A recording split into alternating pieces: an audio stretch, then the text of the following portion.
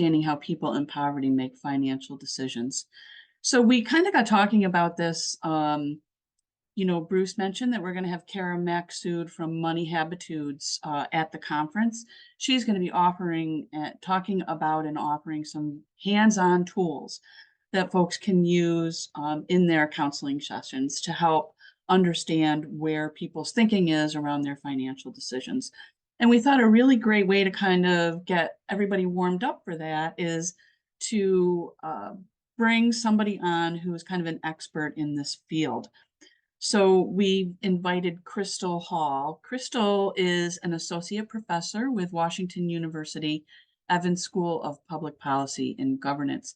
She joined the Evans School faculty in 2008, and her courses include quantitative analysis, psychology for policy analysis, intergroup relations for public policy, and race and equity for policy and governance. Her research explores decision-making in the context of poverty, using the methods of social and cognitive psychology, along with behavioral economics. And one of the things I want to remind everybody about, if you have questions, please put them into the Q&A box. Don't put them into the chat because I'll lose track of them, and I never want to lose track of your questions. You always come up with great ones.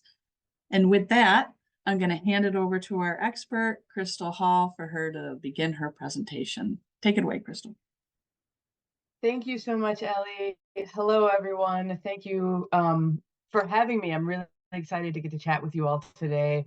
I know these things are sometimes a little funny because I can't see you all, but I know that you're there, and I hope that you'll post your questions, use the chat to engage. I will focus on the presentation, and I'll talk for 45 minutes, maybe a little more, and then we'll be excited to answer all of your questions. I am coming to you from the University of Washington. I live in Seattle, Washington. You can go to the next slide, please. And I like to start these presentations. We're here, you all work in housing issues. I think for so many of us that do work in policy, we think about spaces and places, and I think it's really important to acknowledge the history of the spaces and the places that we inhabit. This is a photo. I'm so fortunate to live in beautiful Seattle, Washington. This is a photo that I took on a walk with my family on Elliott Bay, close to downtown Seattle.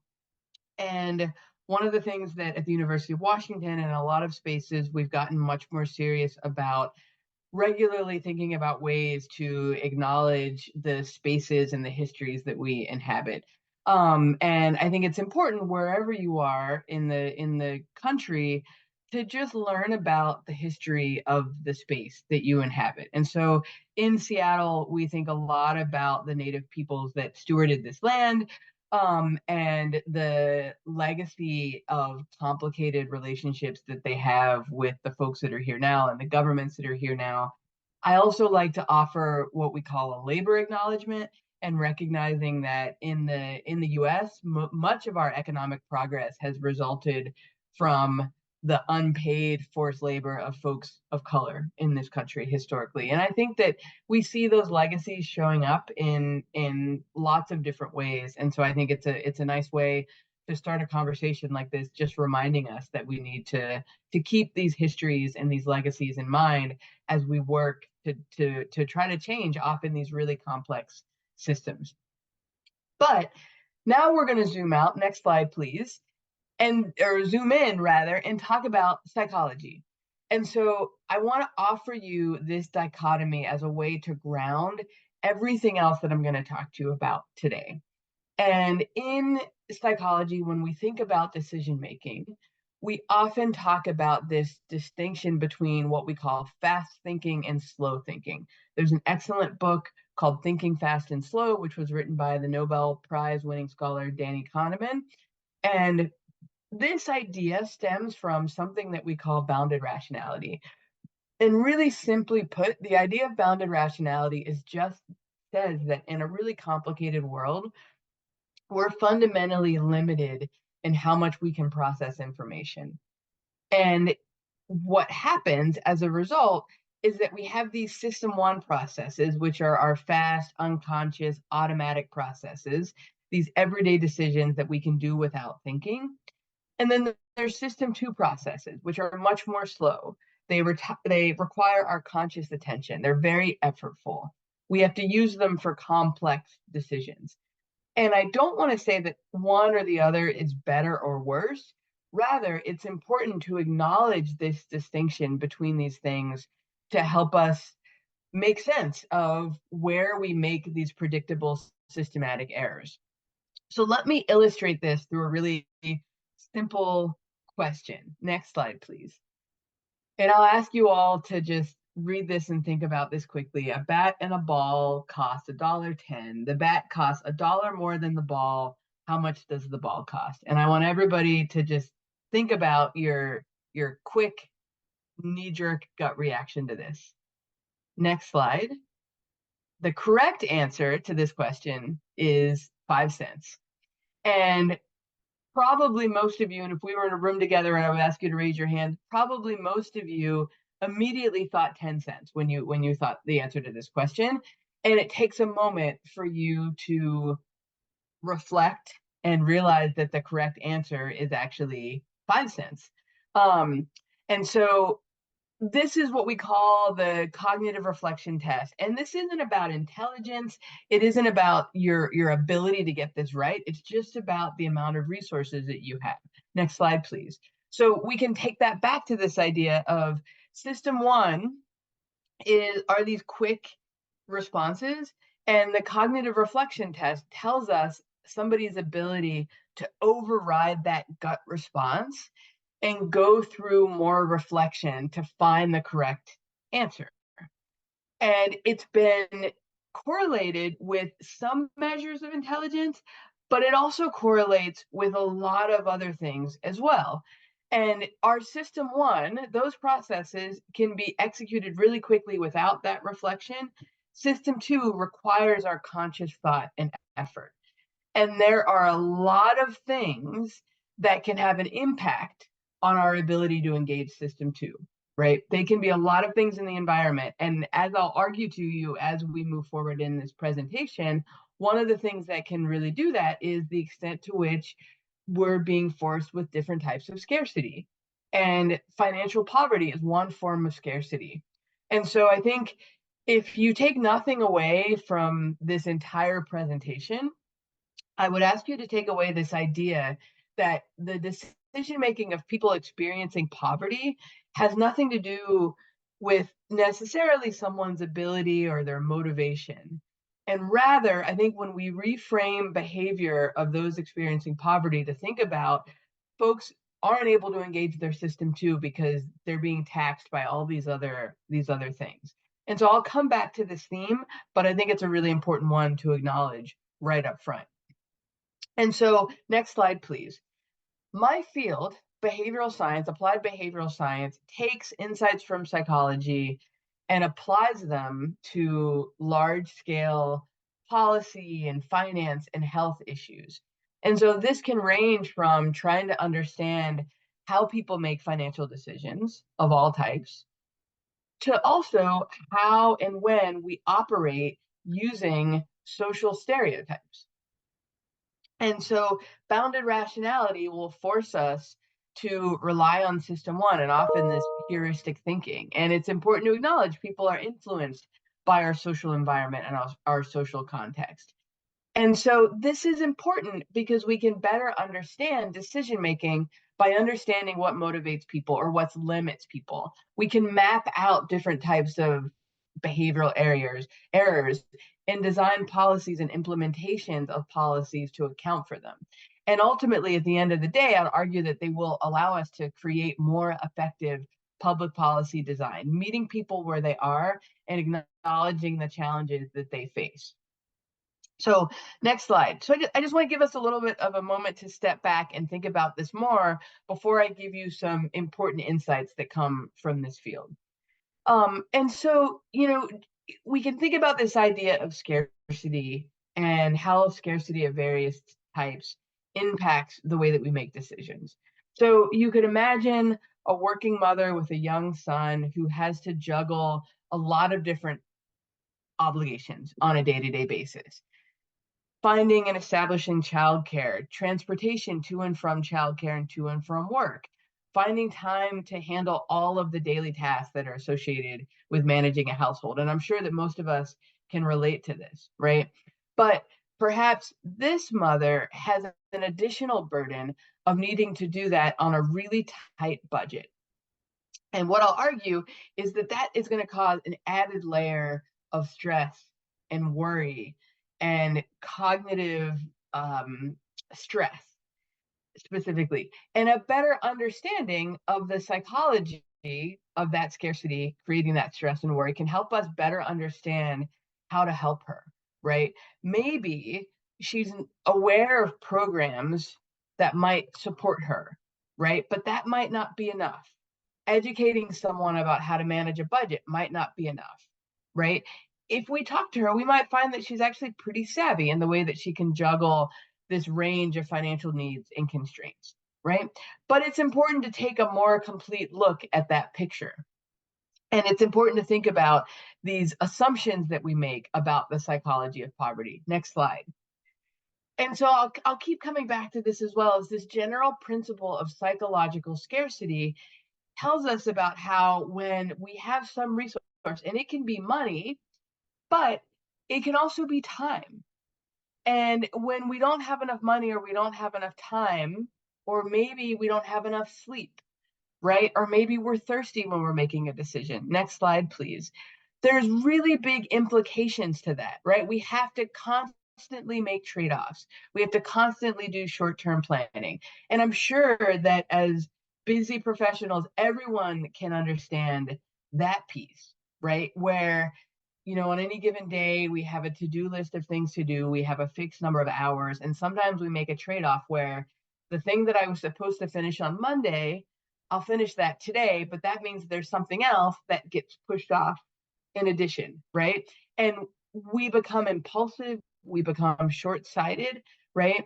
And so we can make this parallel of this idea that people that are really busy often fail to manage their time effectively for the same reasons that those who have financial constraints have trouble managing their financial decision making, right?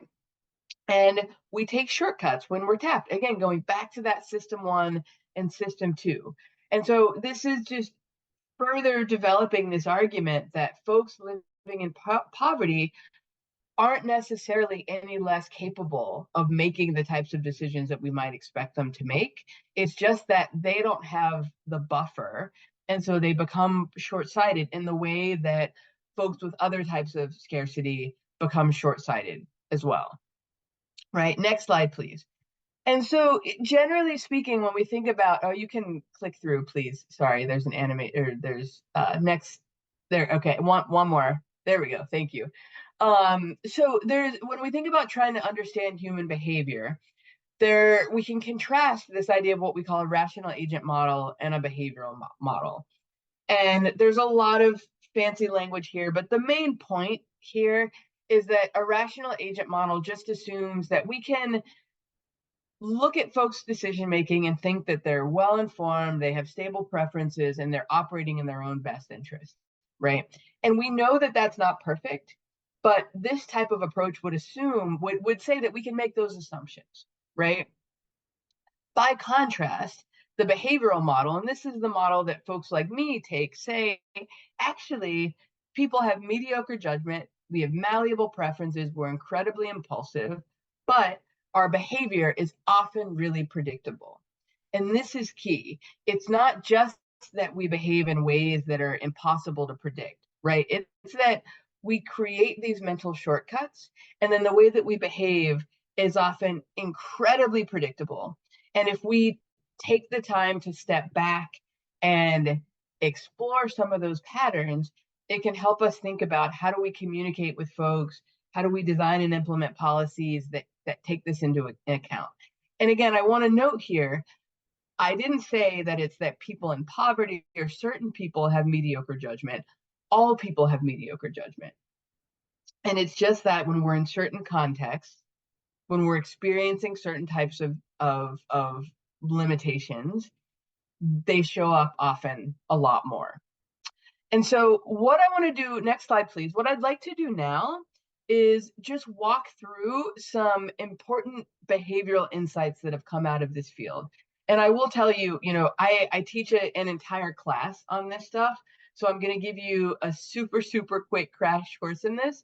And I've picked out some of the insights that I think are most important and most relevant, especially in the space of policy design and policy implementation. Next slide, please. So the first one, very simply put, is that framing matters. The way that we present information to people is incredibly important. And one of the ways that we think about this that I think is the most robust and the easiest to take in has to do with a principle that we call loss aversion. Next slide, please. So there's some classic studies here that look at this idea of loss aversion. And one of the ways that it's illustrated is often through an effect called the endowment effect. And so if you could imagine a situation where I give half of you one of these red mugs, and I tell you, this is a gift, this mug is yours to keep. And then the other half of you, I say, you don't have the mug, but you have the opportunity to acquire the mug. And so I ask the group with the mug, I say, how much money would I have to give you for you to exchange the mug? Essentially, what would be your selling price for the mug? And then I ask the other group, what would you need to pay to get the mug?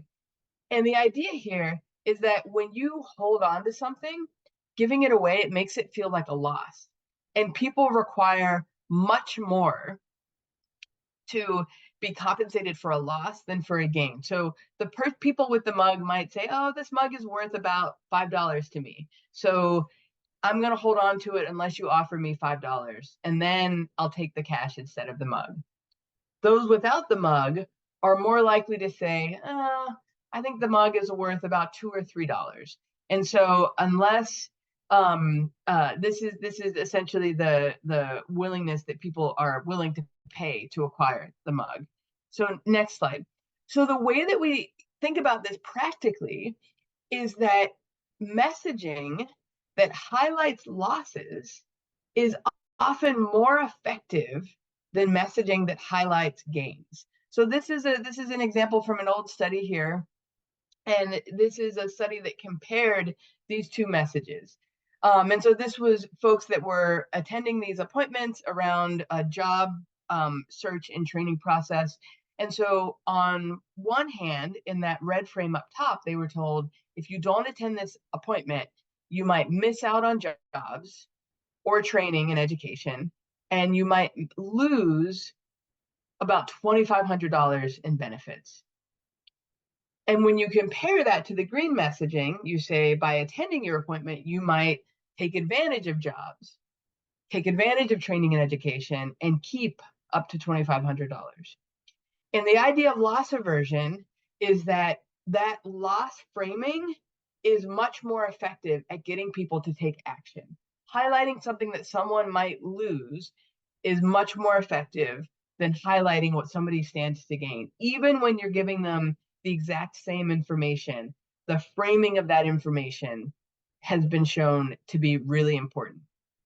This also has to do with people's identities. Sometimes framing a decision and focusing on someone's identity can matter as well. And so there's a lot of ways we can think about framing, but I think loss aversion is a really good way to illustrate that. Next slide, please. The next one I'd like to talk about, and again, I chose this one because I think it's incredibly relevant for public policy, is the idea of default and the fact that defaults matter. Next slide. So this is a very famous study that looks at organ donation rates across different countries in Europe. And what you see is that you've got these 4 countries on the left where the organ donation rates are relatively low compared to the countries on the right where organ donation rates are incredibly high.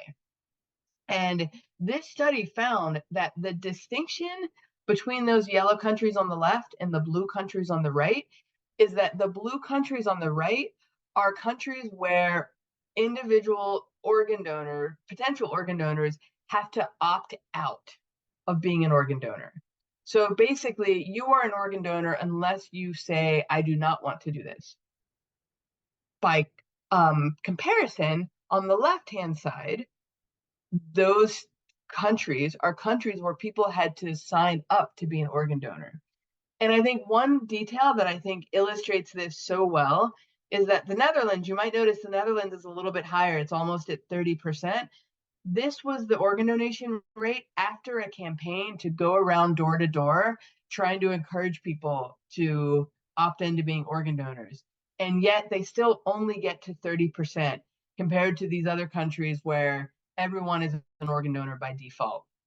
And this is another very, very robust effect where it has shown up in a lot of different domains where simply shifting the default, shifting the status quo changes people's behaviors. And there's a lot of potential explanations for this, but I think it's important to just recognize that there is this tendency that people have, this inertia that people have with some default. And that as folks that design and implement policies, we hold power in the way that we offer decisions to people, sometimes as a policymaker or as a policy implementer, in terms of designing a program and designing what it looks like for the potential user. You have a responsibility to think carefully about, is there a default? What is the default? How do people make an active or a non-active choice? So this is another topic that I'm happy to dive into a little bit more later. Next slide, please. And then the next example that I'd like to give, the last one here, before I get a little more specific, is that attention really matters. So go ahead to the next slide, please. Thank you. This is a point that we could also spend a lot of time discussing, but the basic idea here is that because we have bounded rationality, because in the context of any given decision, we have a lot to manage, it can be really helpful to help people focus their decision on what's the most important. And so this is an example from a study that I worked on, which was helping people fill out paperwork related to child support orders. And what we found was that giving people a form that gave them very detailed instructions on how to complete the form increased successful completion of these forms rather than just giving them the forms without this. And the forms were very complicated, and helping people focus their attention on how to complete it was a really powerful tool. Next slide, please. This is not important, this one, for you to read it, but this is another study that I worked on where we were trying to communicate in schools with folks who were responsible for identifying students experiencing housing insecurity. So this is a project that I did with the Department of Education at the federal level. We worked with 3 states. And the point here that I want to show to you all is that on the left, that's the way that the existing guidance looked for folks around their responsibilities in this role. It was embedded in a lot of other text, and it was a lot for people to read.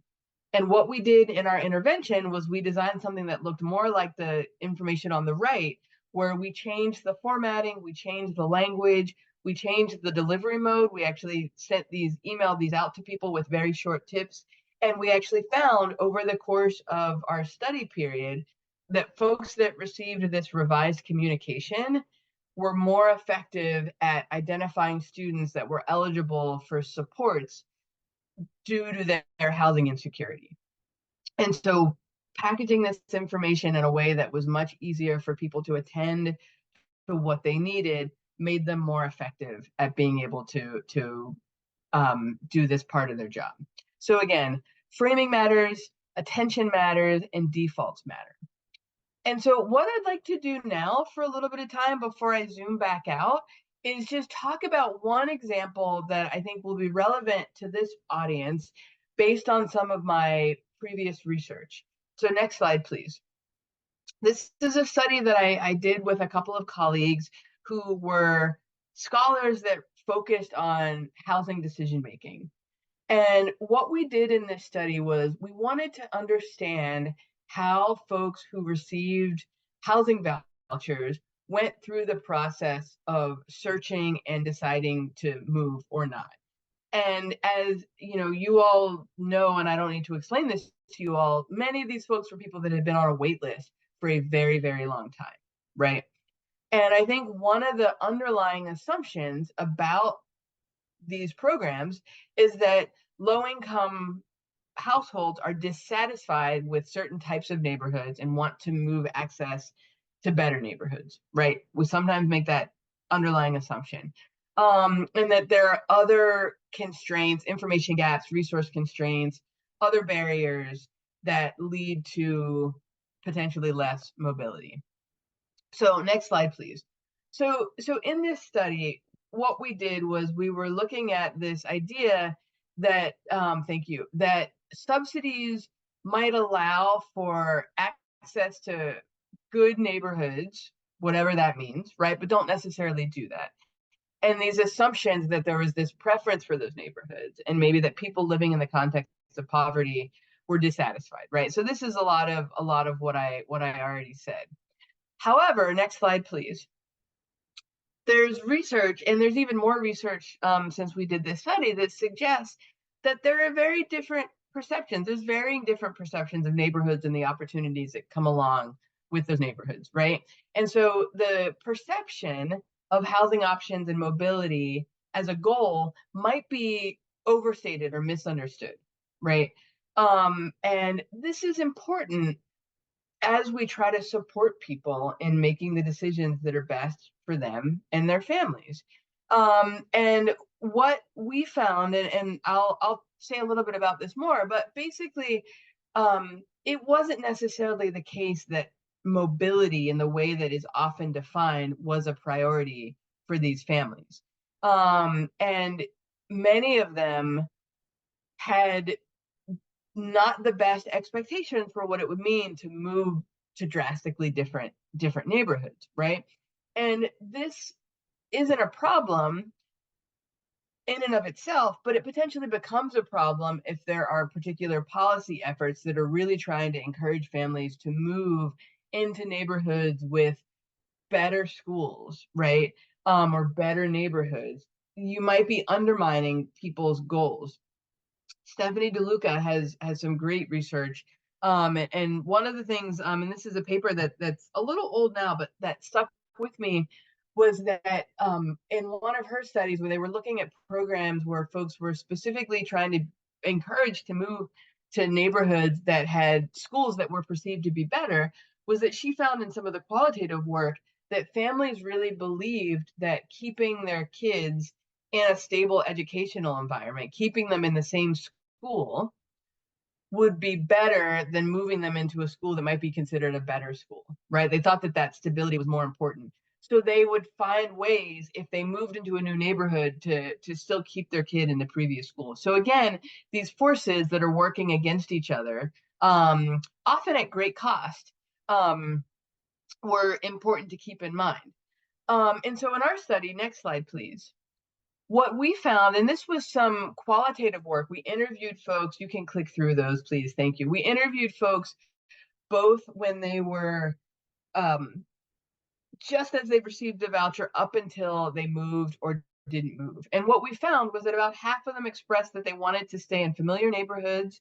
They wanted to not necessarily look for quote unquote better neighborhoods, right? And I keep putting this in quotes because I want to be careful with, this is not a place where I think we want to put a value judgment necessarily.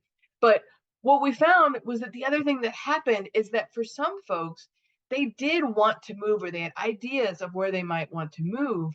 But when the time came, there were small obstacles that got in the way, the costs of moving financially and otherwise, right?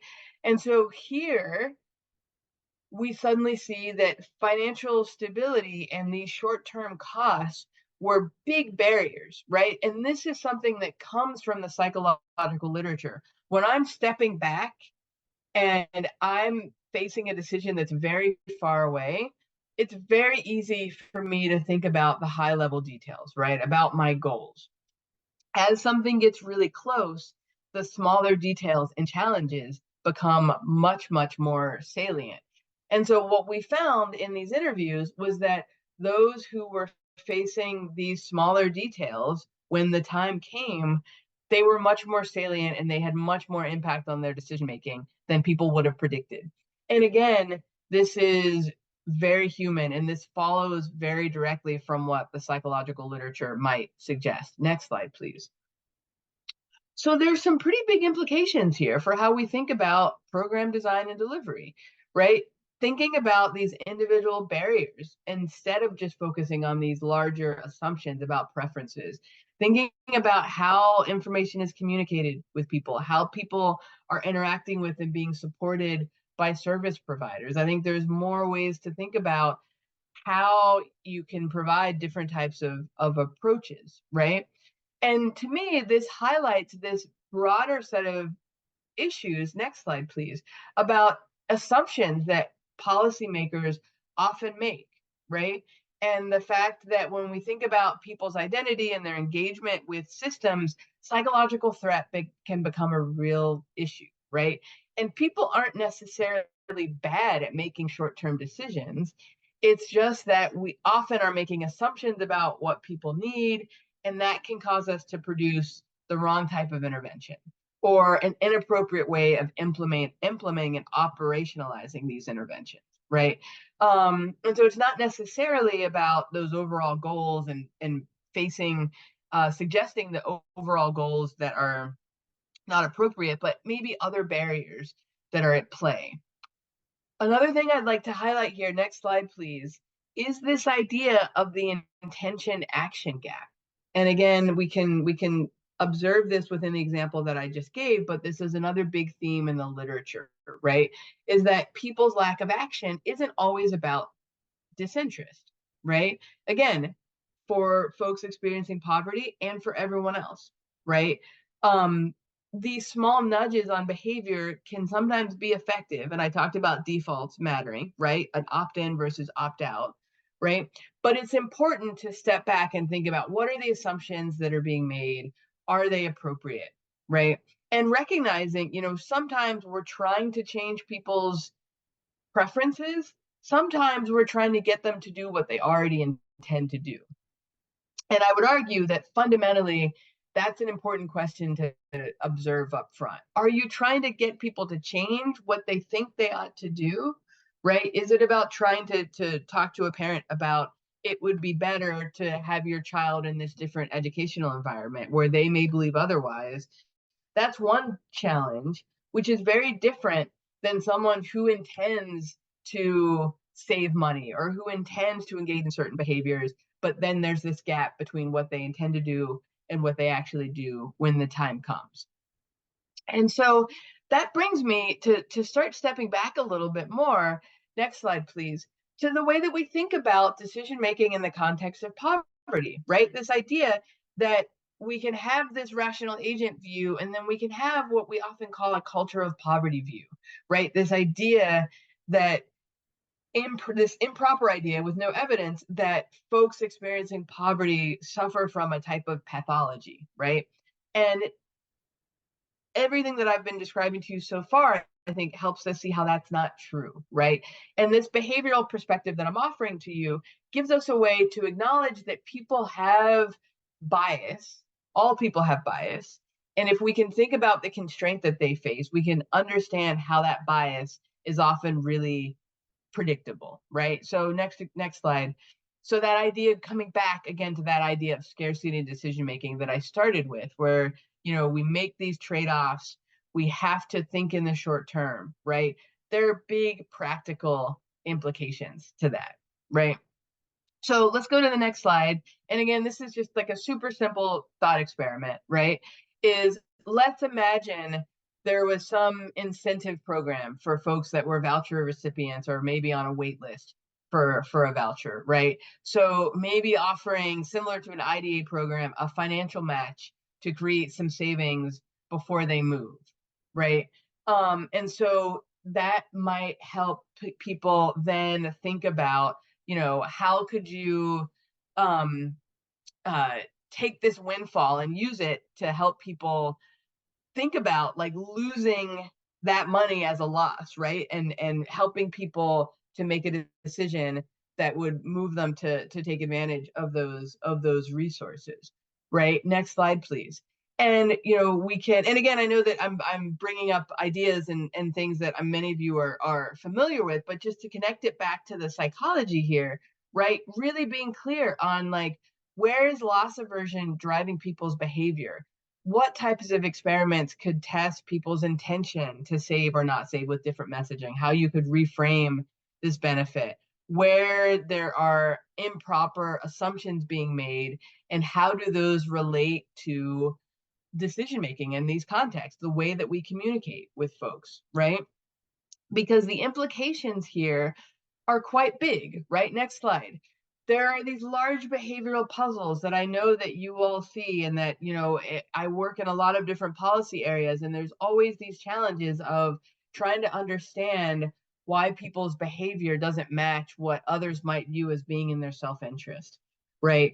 How do we design policies and interventions that people will use in the way that we intend to, that helps them achieve their goals, right? How do we communicate effectively, to advocate for those, to educate policymakers, right? Next slide. Because there's often this huge gap again between where we want to be and where we are, and some of that has to do with resources, but I would argue that some of the costs, some of the currency here is psychological as well, right? And so we have to address these other costs of poverty and scarcity, right? We should cut financial costs, right? Um, and we should think about how can communication be more clear and actionable, right? How can we think about the impact of big systemic issues on individual behavior? And so I've focused a lot on individual behavior, but we can also think about how the system is at play, right? So next slide, please. When we think about financial decision making, I think there's an opportunity to try to take the insights from psychology and apply them to these big systems level issues, and really think about the diversity of the perspective and the needs of the folks that we serve. Next slide. I've been working a lot lately to give one concrete example of this is about structural racism and how behavioral science so far has largely not really acknowledged structural racism. And I've written a piece that with a colleague where we talk about this issue, and we talk about the need to be more mindful about this. I would argue, in many spaces when we think about poverty, we often don't spend enough time focusing on that intersection of poverty and issues tied to race and racism, right? And the psychological field of applied behavioral science is no different, right? Next slide, please. In my own field, it is large, and as well as many other fields, we often don't think about issues around structural racism. And again, we can use that as an example. There's a lot of other issues, but just using that as an example, we often don't acknowledge it, right? So we focus on the individual level behavior without also considering how that accounts for, or how that relates to some of these other issues. And so just a couple more slides, and then I want to step back and take your questions. Next slide. Just to lighten it up again a little bit for a moment, I'm curious if anyone knows what this is. And I'm going to use this to make a point about human behavior.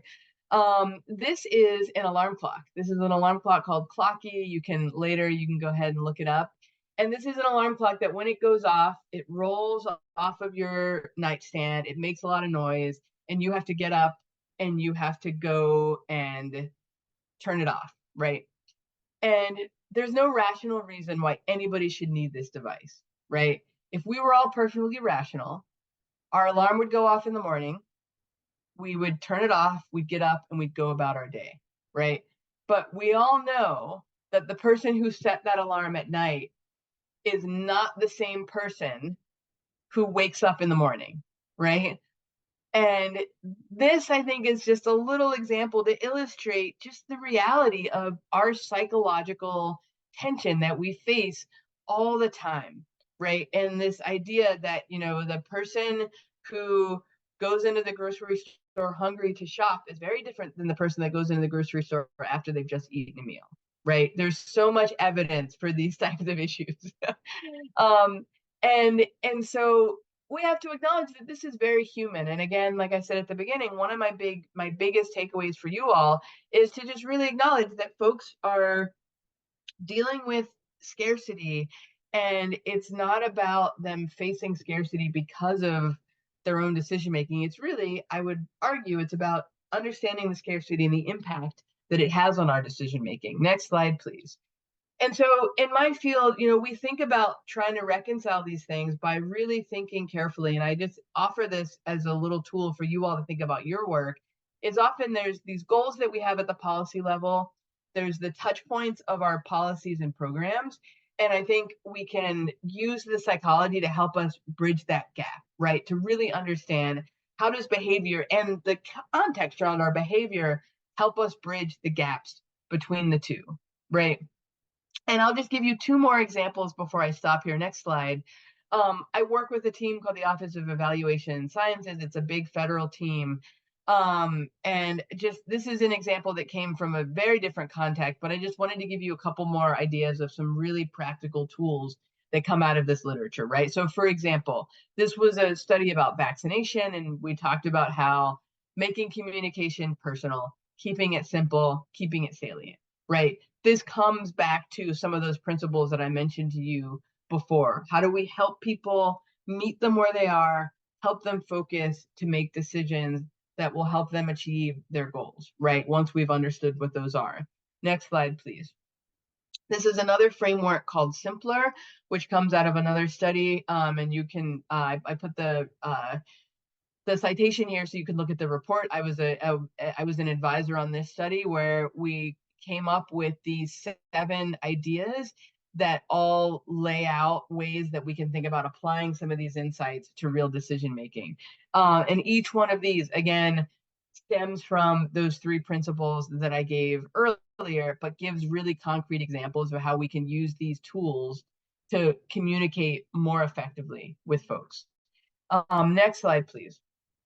So these tools are so valuable. These fields are, the fields of public policy, I think, have become so much stronger through the incorporation of tools like this, right? And so I think it's really important to think about how we collaborate, not only across, some of the academic literature and practitioners, but also collaborate with the folks that we serve to understand their perspectives, right? Next slide, please. And this idea that, giving people information is not the only tool, right? Educating them is not always the only tool. We have to go beyond that to find innovative and thoughtful solutions. And so I hope that this has given you some ideas of how to explore the use of some of these tools in your own work, and can help you just find another set of ideas that you can deploy. So I will stop there. I think hopefully I'm on time. Yeah. And happy to open this up to take questions and comments. So thank you. Thank you so much, Crystal. That was incredibly informative. I'm gonna, take the host privilege and ask the first question. So you talked a lot about about voucher holders. A couple of people mentioned the Family Self-Sufficiency Program when Mhm, you started talking about the like IDA-like program. mhm, So that's a program where people, as their income increases and their voucher amount decreases, HUD says, okay, you've decreased your amount. We're going to take that amount that you are saving us and put it into a savings account for you. mhm, And just generally for people who aren't familiar with it, they don't get that money free and clear to themselves. It's meant to help them achieve a financial goal, and they have to name what that goal is, and then that will be what they can use the money for. So I wanted to ask you, because I kind of assumed from some of the things that you said that it may be scary for a housing choice voucher holder to consider converting their voucher to home ownership. And I'm just wondering if you have any information about that, if you talk about that at all. Yeah, I think it I would say that it probably is. And I think to me the real question would be to be able to explore exactly what feels the most scary and how can you communicate to people some of the things. I immediately go to loss aversion and think about trying to communicate to people what they're giving up by not making that decision, once they've, had the support to understand when they might be ready to make that transition. Really trying to communicate to people what they're giving up by not, right? Because it does make sense that, and I think in some ways we could argue that it's very rational for people to not want to lose that stability. And so I think it would be about understanding those feelings and then thinking about how do you communicate to people not only like not what they could have, but like what they're losing by not long term, by not making that transition. But I think it's such a tricky uh behavioral challenge for sure, because it's a huge choice, right? And so yeah, but I think really focusing on that would be my immediate response to that. Yeah. Okay. And then in the beginning, you mentioned a book, and I think it's called Think Fast, Think Slow. But people wanted you to repeat that and who the author is. And actually, one of the housing counselors said that that book helped them pass the HUD certification exam on Oh, their first try. yeah. So it's Thinking Fast and Slow, and it's Daniel Kahneman. And I can actually I'll type that. Is it okay if I type it into the Q&A to the Oh, type question? it into the chat. Type it into the chat so I'll everybody just can. type it into the chat. Okay. Let's see. Send it to everyone. It's an excellent book. It's a little bit of it's a long read, but I think it's great, and yeah, a great resource Wonderful. on all of this stuff. Great, thank you. Okay, let's see. We got another question just popped in. We have customers that are interested in free pre-purchase counseling, but when we ask them to complete a budget and provide financials, they are no longer interested. We have included language of the benefits program, provide instructions to make it easy for them to upload documents securely. Mhm. It is still a struggle for low income and for those who struggle with technology. Do you have any ideas how we can get around that? Yeah, that sounds like a tricky one. I think um, if I my first step to trying to understand, and I'm curious, and I guess you can follow up if it's helpful, would be to what extent you've had the ability to just try to be curious with folks about why is it that it feels like they're making too much of a commitment? Do they feel like they're not able to? Are they embarrassed about providing that information? And so I think that would be what I would want to understand is, having some curiosity about like what's the challenge. In this research, we try to spend a lot of time um understanding some of the behaviors, because if we're going to design an intervention, we want to be sure that the intervention would address the barriers. And so I think here it's not clear to me what the barriers are, and so maybe trying to understand that, and then thinking, is it about the framing? So I see this great question about, is it about framing it as a spending plan versus a budget, right? Is the framing the issue, or is there something else? And so I think trying to understand that then might help folks really think about what the right interventions might be.